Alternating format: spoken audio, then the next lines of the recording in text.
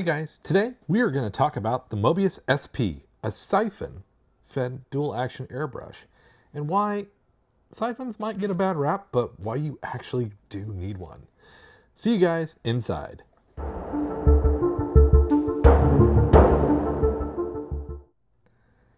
Hey guys, welcome to today's video. As I said, we are talking about specifically the Mobius SP from Gaahleri, but also we're talking about why do you need a siphon airbrush? Why do they kind of get a bad rap? I think they're actually a good airbrush to have in your environment. I'm going to explain why I like having a siphon brush. But Gaahleri was kind enough to sponsor and send us their brand new Mobius SP. And they have another one coming. They just released, I believe it's a Swallowtail SP that has a lot of good features and can be both a gravity and a siphon. So this one is purely a siphon. It's part of their Premium Series. We're going to open up the box. We're going to take a look at all the parts and just kind of detail why something like this is a good airbrush to have in your arsenal. And why it can kind of help replace some things like, I don't know, spray cans. But, you know, before I hop into all of that, if you guys enjoy the content here, want to learn more about airbrushing, 3D printing, model building, all that fun stuff, make sure you are subscribed. And turn on that notification bell so that when we put out a new video, you're getting all kinds of fun stuff. Also, if you can, hit that thumbs up button for me. Helps out the channel, helps us get out to more viewers, and just helps those good old analytics. So without further ado, let's unbox this airbrush. All right, guys, so the Mobius SP. This airbrush, I'm excited about because I had just the Master Siphon. It's an old Harbor Freight brand, and I used the tar of it, and mine finally died. Gaahleri always puts in, they undergo quite a bit of scrutiny before they get to leave the shop. A very nice, well-detailed, very well multi-languaged starting airbrushing instruction guide, and how to take care of your airbrush, disassembling, how to add lubricant, which yes, you should lubricate your airbrush, and even the perfect spray effect that you're looking for right there in the middle. So definitely good instructions here. I've already opened this and looked at this, so without further ado, let's take a look at the airbrush. Now, one of the things all Gaahleri airbrushes do is they send you spare gaskets. Thank you, thank you, thank you, thank you, thank you. Can never get enough gaskets. And here's the airbrush itself. Now, this is a 0.3 or 0.5, so they send you the 0.5 needle. The 0.3 is already loaded into the airbrush. They send you airbrush lubricant, which is great and very handy to have around. We've got our paint jar, which what's cool is on the Gaahleri site, you can order more of these. And I actually have an order for 5 more that should be arriving in the next day or so for this very reason of what I'm going to talk about, how I use these. And here is the Mobius airbrush themselves. Very nicely weighted, dual action, press down, pull back, press down for air, pull back for paint. You can see it's very well set up, very well organized, and I love that it already comes preset with a quick connect gasket, which if you guys do, the quick connects are sold separately. My Gaahleri affiliate link is down in the description below for this and anything else that you can get on the Gaahleri website. But the Mobius SP is one of those, I needed the upgrade.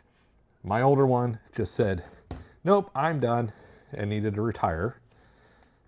And I'll push this out, because when you change your 0.05, you have to change the end of the airbrush, and they send you all these parts, which is great. You have to change the end section of the airbrush for the proper fit for the 0.05 nozzle.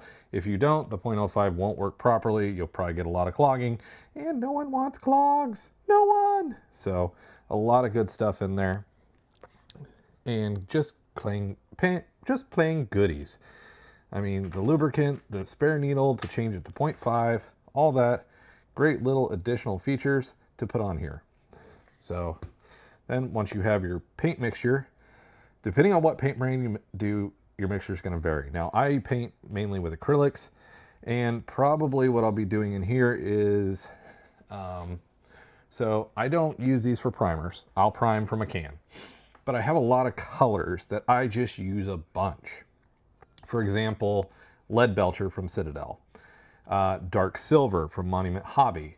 What's cool about these jars is, well, you can put a lot of paint in there. The jar seals. Guess what? You can leave a lot of paint in there. And actually, I found online that there's little corks that you can get to cap these off, which I ordered some of those as well to talk about. But one of these, what I typically do with one of these, is I have one jar that is just pure cleaner. Pop in, blow the cleaner through, everything is coming out clear, pop it off, pop in my paint, go to work. Done with that color, pop it off, pop the other siphon jar in, back to work. This is an advantageous thing over the gravity feed, because if you want to change your paint, guess what? You got to empty the pot. You got to clean out the airbrush through the pot. Now, a lot of cleanup through the gravity fed brush doesn't take very long. These, it can be very, very quick. You pop that in there, you blow it out, pop it off, pop the other one in, you're back to painting again. Now, this is good for if you're doing this color a lot. So, and if you're switching colors a lot, the Siphon can be very advantageous for you in that regard, that it lets you just switch, move, and move on. And like I said, I use Lead Belcher a lot as a good base, and I use Pro Acryl's Dark Silver as a lot of base colors. I paint a lot of robots, and I paint a lot of starships, and I use those silvers a lot. That's why I like having a big old jar of it. It's pre-mixed, it's ready to airbrush, and I can just go to town. I can just pick up the Siphon and go, because I do a lot of large areas with it. That's where a Siphon brush is really, really good to have around. Versus the gravity fed, yes, you can do it. You're gonna have more of a chance of clogs. The other thing with a Siphon brush that is different over a gravity feed is I have found over time that my air pressure has to be up higher. Well, Mike, why does your air pressure have to be higher? Well, I'll tell you why it has to be higher. It has to be higher because that air pressure is creating a suction envelope that is sucking the paint up into the airbrush. And that vacuum is created with the higher air pressure to allow that to happen. So the airbrush lets you do that and lets you work along those routes. Now, I'm not going to airbrush with this today in today's video. I want to show this off and just give you the recommendations why these can be handy. Now, if you want to see me airbrush with it, I just happen to have some projects coming that you guys can leave down in the comments down below of, Mike, we want to see you use this airbrush, because we've got an Outlaw Star build coming. We've got two Warhammer Titans to build, and this airbrush will be getting the tar used out of it when I airbrush those, because this is going to be doing a lot of that mechanical airbrushing and a lot of those underlaying spots that just, well, gravity feds just may not be my friend, especially as much color as I need to use. So there are some of these jars out there that I've seen that are like that you can attach to these brushes. So I've never used one that big, but they're out there and they're usable, and it's just one of those things. I wanted to get this airbrush out in front of you guys because it's a great price point, great airbrush, great design, clean design. I love the weight of the airbrush. So they did a good job, and I'm speaking purposely Gaahleri, of weighing the airbrush. So it's tipping on my finger, and the majority of the weight, we're balanced, which is really good, because when you get that paint up there, yeah, it's going to want to tip down. It's going to be heavier, but they did counterbalance the airbrush. That was one thing I hated about my Mastercraft one, was it was just always front heavy. I'm always having to remember to tilt it back. And I love the dual action, that I can have that additional control. I can start pushing air through and then start pulling the paint. It's great functionality, great way to do it, great looking airbrush. I like the mechanics of it, are very easy to get into, very easy to see, very easy to control the airbrush itself through these settings, and also very easy to dismantle and pull that needle out. So all in all, I think it's a really good design, really handy, especially if you're doing a lot of bulk painting, which you guys will probably be seeing me do a lot more as we move through the Warhammer models, the Warhammer armies. Even the Starship models have a lot of single colors. Like when you start laying down a mask and you have that one color, it's handy to have your colors pre-mixed, because guess what? You have to lay that mask, move that mask, lay it again, Well, if you're not having to mix colors every time, this comes in really handy. And I don't have that pushed up in there all the way as strong as I could. It falling out is not really that easy of a thing. So I just didn't have it pushed in very well. So don't take that as a thing against it. All in all, if you guys are interested, go check out the Mobius SP and its even bigger brother that is just been released on the website. I believe it's a swallowtail, but don't quote me on that. I'm looking it up right now. And also go check out the Serena Air GTS 06 air compressor. I have been really impressed with that.